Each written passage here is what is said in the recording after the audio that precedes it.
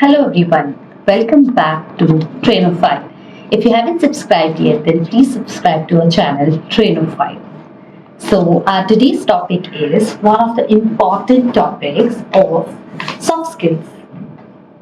Yes, one of the important topics that we have, and that is something which you don't speak, but something that you constantly do.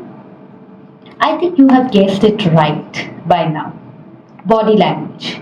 Yes, 78% of our body language speaks than the words.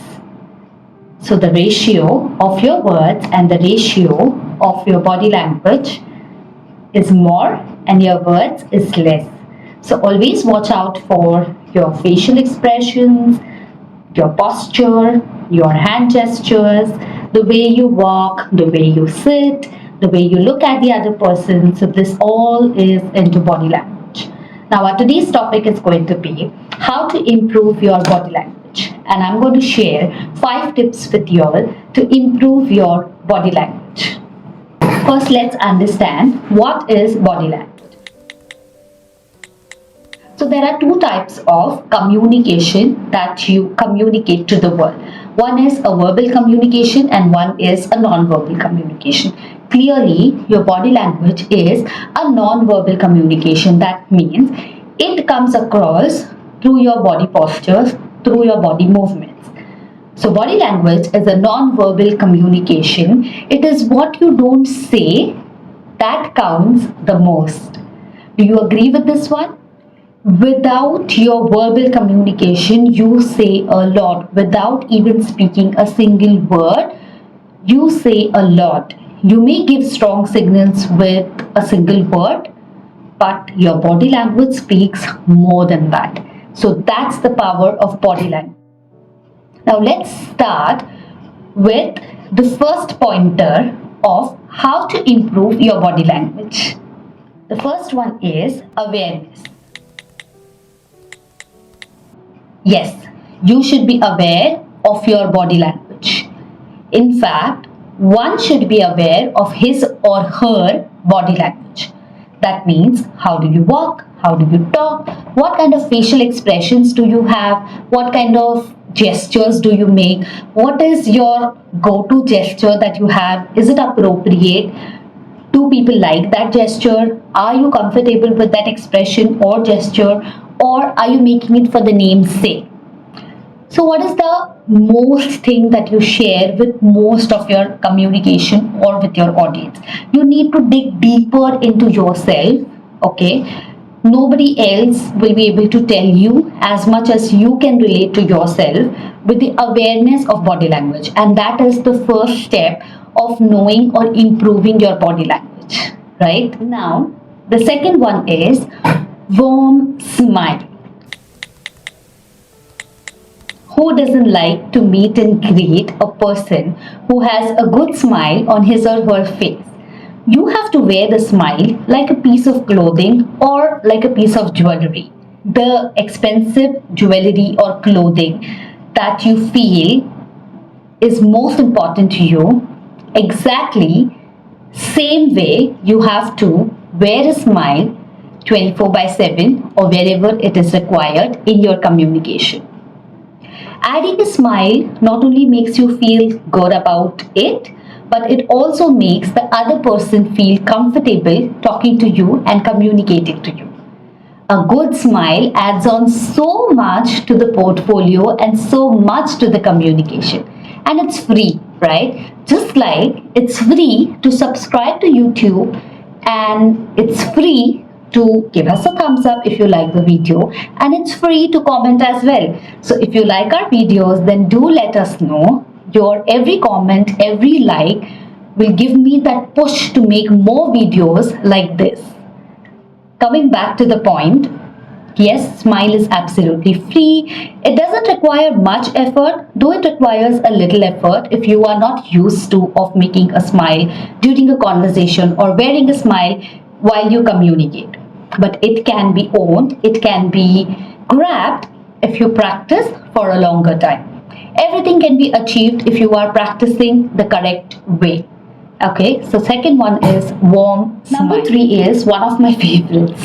Yes, one of my favorites, but one of the toughest that I started during my early training days. Mirroring yourself or mirror practice.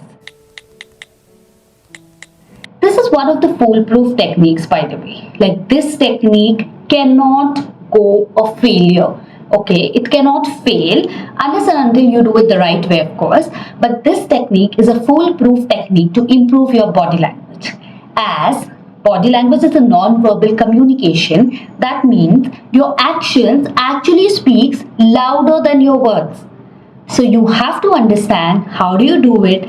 Does that gesture or expression looks good on your face, on your body tone, on your overall personality? Okay.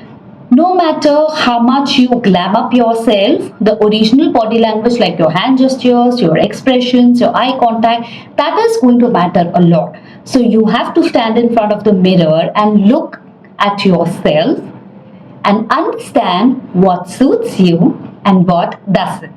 Okay, so look at yourself in the mirror. At first it might look a little bit weird, but I'm sure once you get used to of this, you are going to love yourself looking into the mirror.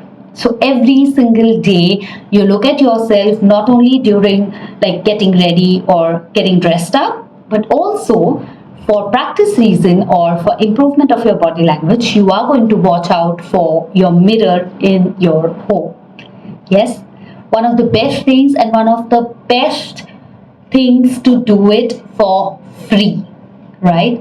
So mirror practice is a must. Now what happens in mirror practice, there is kind of a dark side to this one. Most of you might feel weird, like I said, but at the same time most of you might feel a little bit gimmicky, or you might feel that you are acting someone else, or maybe you are copying someone else.